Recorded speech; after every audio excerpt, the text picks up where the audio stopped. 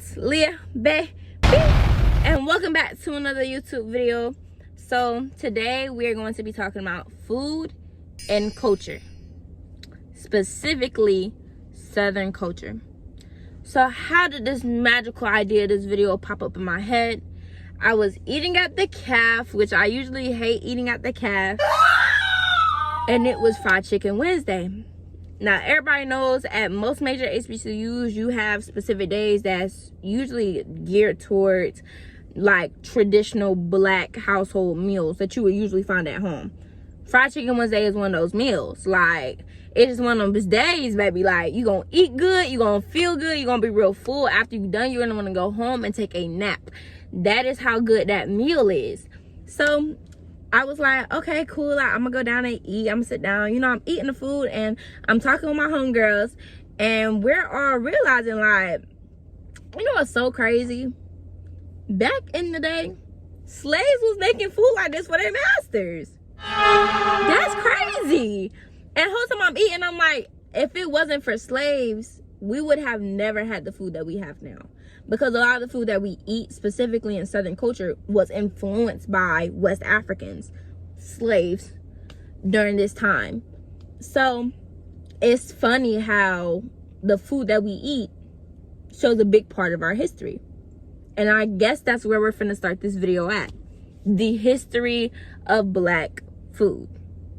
So to start off, when the African American slaves were brought over from West Africa, countries including Nigeria, Kenya, Ghana, all mixed in onto the Atlantic slave trade.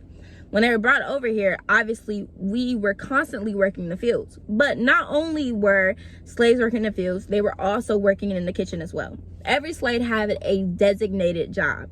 So you had some slaves that worked in the field, some slaves worked in the house. You had maiden ladies, you had inappropriate, you know, situations, and then you had cooks. The cooks usually were chained to some sort of stove of some sort, or usually were overwatched by a slave watcher within the kitchen that would never leave them alone, because it was the fear that a slave would poison their master. And even though there are a couple of records of slaves poisoning their masters, it's not a big thing that happened a lot. But it happened, but it wasn't a lot. So slaves were often chained to an oven or some sort of situation where it would make it hard for them to leave the kitchen. And through the crops and animals and so forth that were on the plantation, slaves would make the food. Most slaves did not know European food because they were not from Europe. So they made what they knew with the products that they had in hand. A lot of that included rice, cornbread, which was like cornmeal and things of that sort, things that you could grow on a plantation, greens, things that you grow on a plantation, black eyed peas, things that you grow on a plantation, and then they would also include pigs, chickens, things of that sort.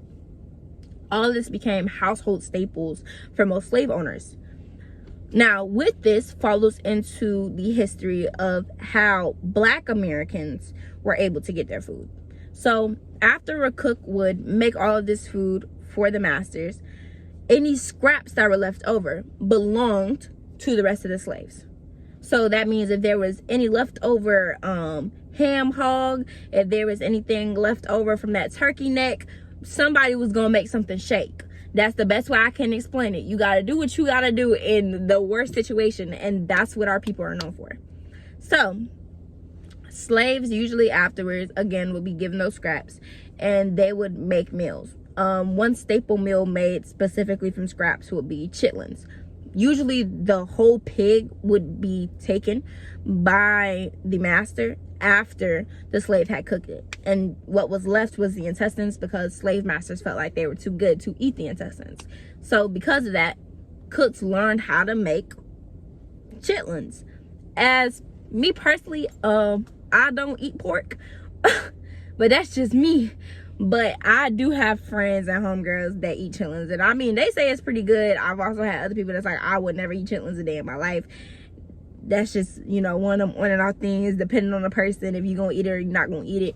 Either way, it's a big part of Black culture, and it was a big experience for a lot of slaves.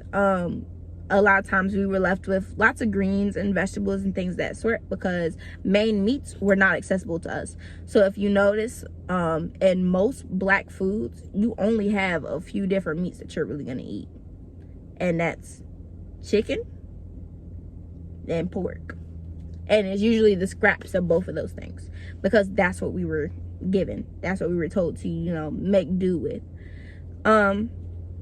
Now with that came an influence of West African culture. As most Black Americans know, or really anyone that lives in the States, when African slaves were mixed in, there was almost an erase of African identity, meaning no one knew exactly where they were from. Most African Americans are not able to tell you or pinpoint, oh, I am Ghanaian, oh, I am Nigerian, oh, I am this. All you can really say is, I know my ancestors would have been West African. Yep, I know my ancestors would have been West African or Caribbean or one of the sorts, and then that's where you can basically live that at. As a Caribbean, I didn't even know that my ancestors would have been West African, because the slave trade was also brought to the Caribbean as well. With food came West African influence. Again, most slaves did not know exactly where they were from, but somehow, in some way, Black Americans never forgot the food and how the food influenced their culture. So some meals that are similar to West African dishes would be jambalaya, okra stew, pepper soup, and chitlins low-key are similar to West African meals. Jambalaya is basically the same thing as jollof rice, minus the tomato paste. So situations like that, it was like, oh, like, yeah, I didn't know it was so similar. Yes, Black Americans had an identity before being told that they didn't have one, but it was shown throughout the food. It was shown throughout the meals that people ate. It was shown throughout the love within that food.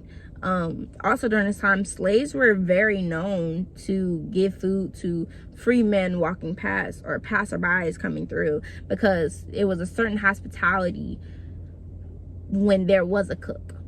And there has always been that hospitality. Like even now, if you look at Southern culture in general, the hospitality is there for sure. For sure. One thing about Southern people, we're always going to let you come inside. If you're hungry, it's a good chance we're going to feed you. And there's a good chance you're going to be really food, and you're probably going to take home a second plate, because that's Southern culture. But that was also slave culture back in the day.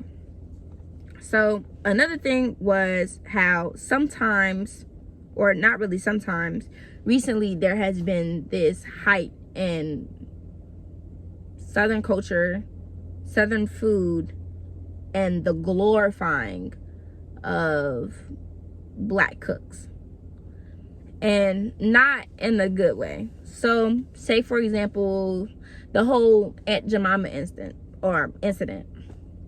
So I don't know if y'all remember some years back, but everybody was in an uproar because Aunt Jemima was being taken off them shelves.